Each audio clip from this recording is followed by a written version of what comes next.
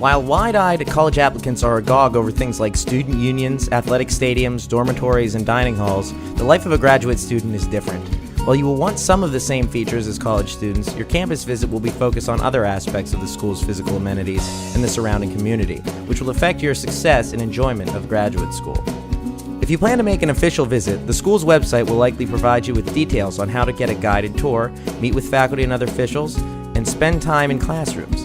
In addition, we offer some other points on non-academic considerations as you plan your campus visits. As a prospective graduate student, it's likely that your campus visit will focus less on the football field and more on libraries, research facilities, studios, computer laboratories, and spaces for graduate students to collaborate and socialize. If you are entering a healthcare field, you'll want to tour the clinical facilities where you'll be learning and providing care.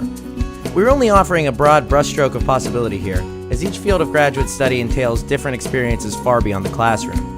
Whether your campus visit will include a tour of mass spectrometry lab or a chance to estimate the size of a stage, be mindful that your educational experience will be affected by the physical spaces you will work in for the next 2 or more years. You'll also want to learn about parking and public transportation and, if you are looking at a large multi-campus university, the school's own transportation system. If you will be driving to campus, be sure to check out parking availability and cost. Prime campus parking can be expensive, and on-street parking may be limited to 1 or 2 hours.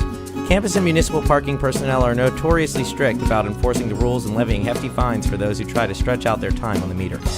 While some schools do provide housing for graduate students, others can hardly find enough space for incoming freshmen. Because the majority of graduate students normally live off campus, you will want to expand your school visit to nearby neighborhoods and check on the availability of safe, affordable rental housing.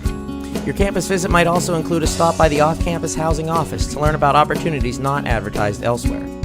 While on campus, look at how people navigate the buildings and open spaces. Do students have to cross busy streets, as is the case in many urban campuses, or does it seem fairly easy to get from building to building?